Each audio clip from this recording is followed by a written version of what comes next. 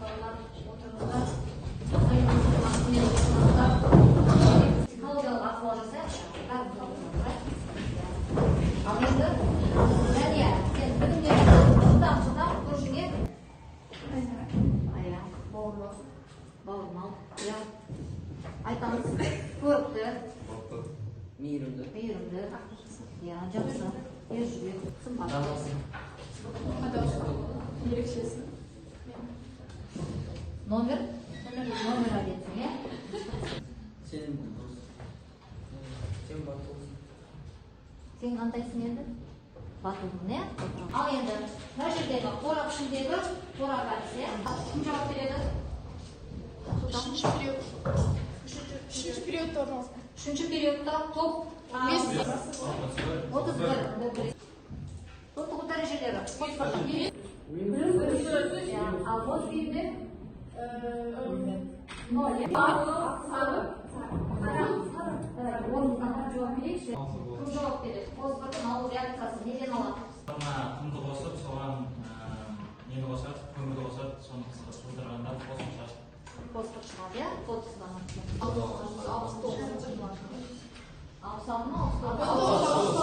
Аян айтшы, қандай қалмашты?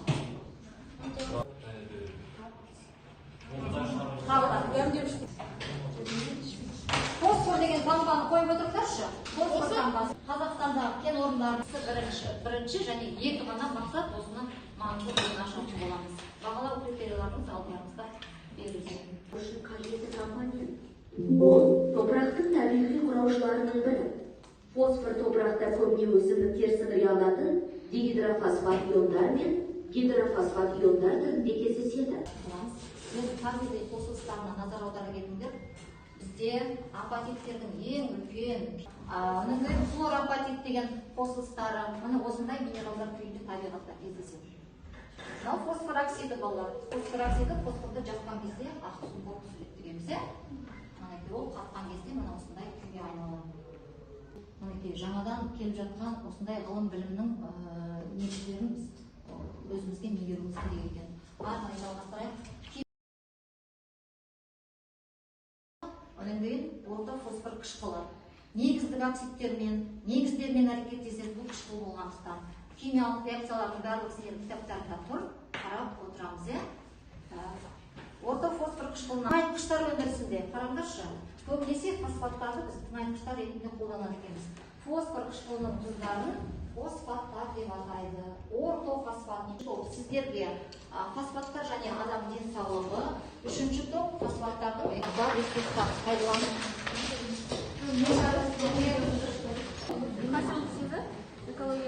Дискрипторлар.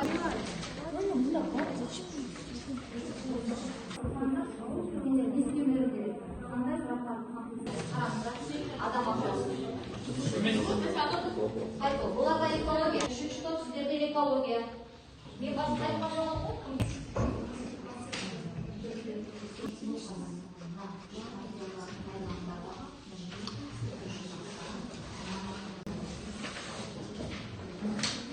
Бәрі қосып жай ма?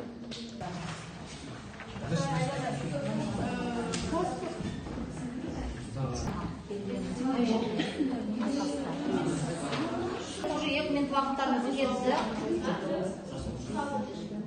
Белгілейміз да?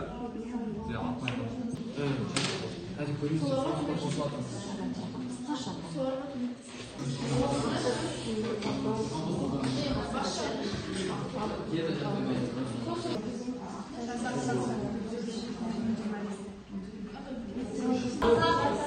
Болдық, е?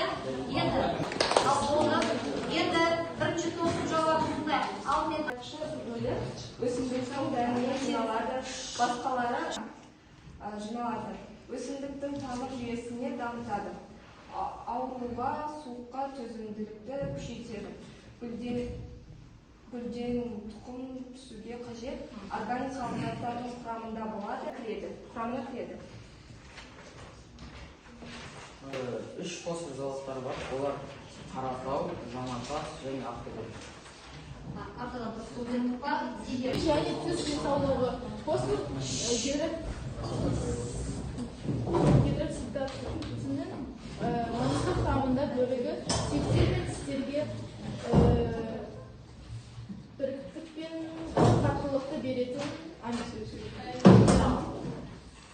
Mineral. Жолдарында көмектеседі, майларда, ақуыздарда ыдыратады. Фосфор дені сау емес адамдарға қолданылады. Мысалы, дұрыс тамақтанбау, алкоголизм соларға көмектеседі. Фосфор адам ағзасында маңызды рөл атқаратын минерал. Фосфор табиғи түрде ет, балық, жаңғақтар және сүт өнімдері сияқты ақуыздарға бай тағамдарда кездеседі.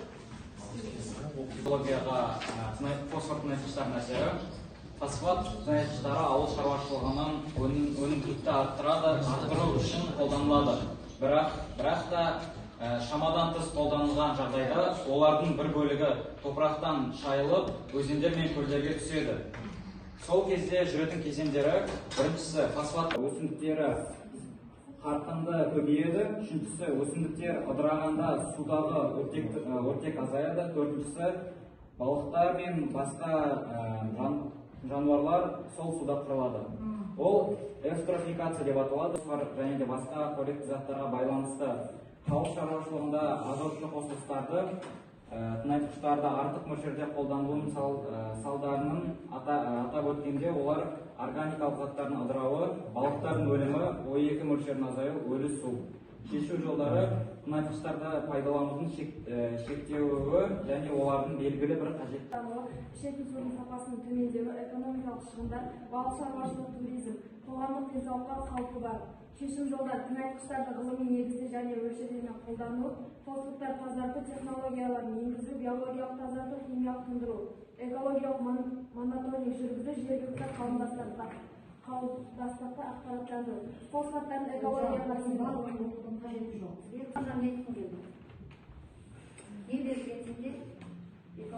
байланысты 2 балл бересіздер. Неліктен?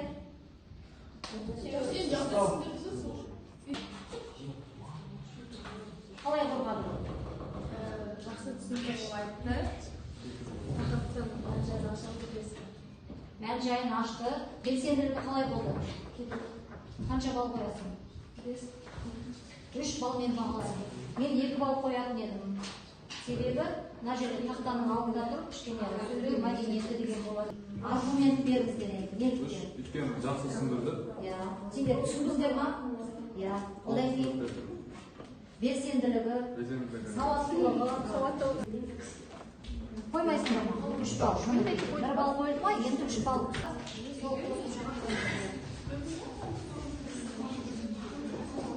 Манеке. Бірінші, екінші, үшінші. Бірінші, екінші,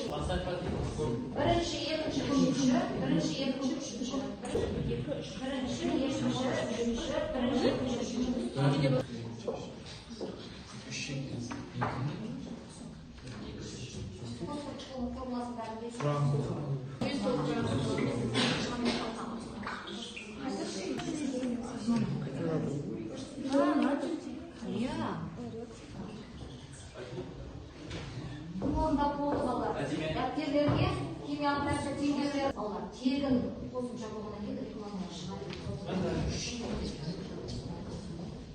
бейтараптануы көрсетіледі. Бірінші не қыласың? Болды, жетеді. Индикатор. Қандай индикатор?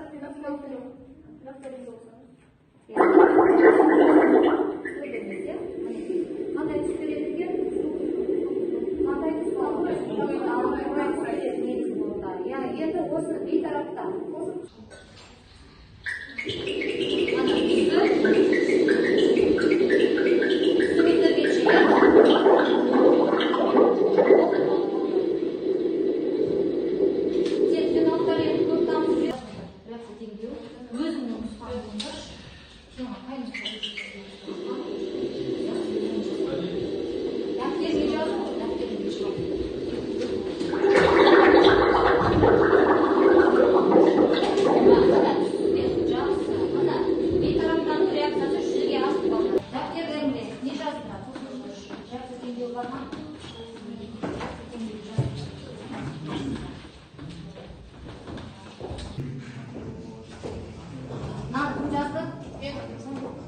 Сенің мынаны келмеу көзі, кімде бар?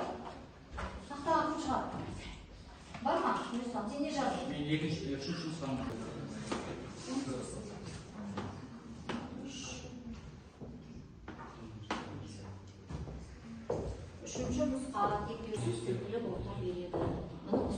теңдеуін жаздың ба? Жазған балалар ана бал қоясын ба?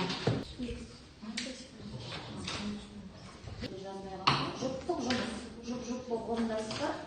Қазір дәптерлеріңде орындай беріңдер. Дәптерге шығарамыз мына есепті. Реакция теңдеуін сұрасыз.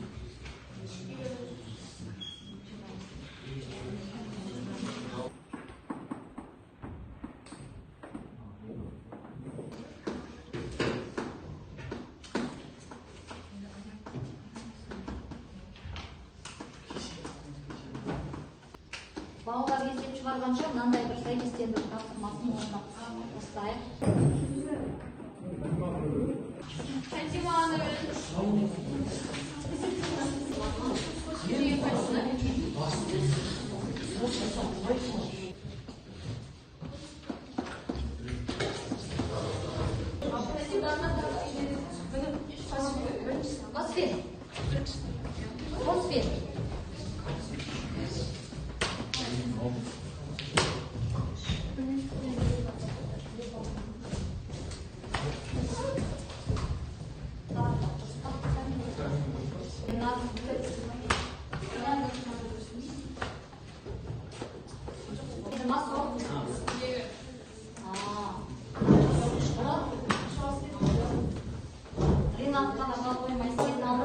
Массалық үлесін таптық, 56,8 грамм болды. Массасын таптық.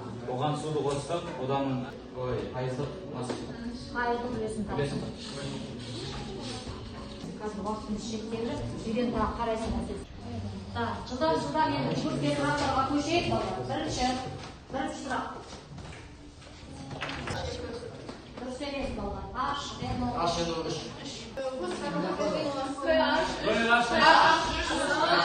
Алмаймыз кәнеке.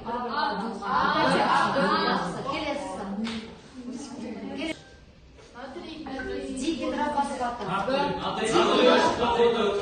Қайсы?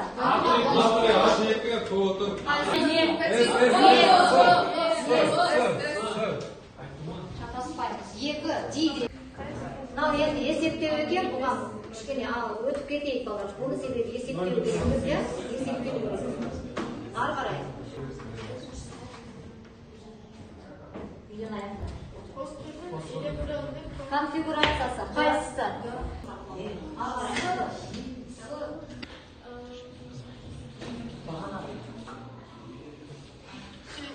Алпыс екіде.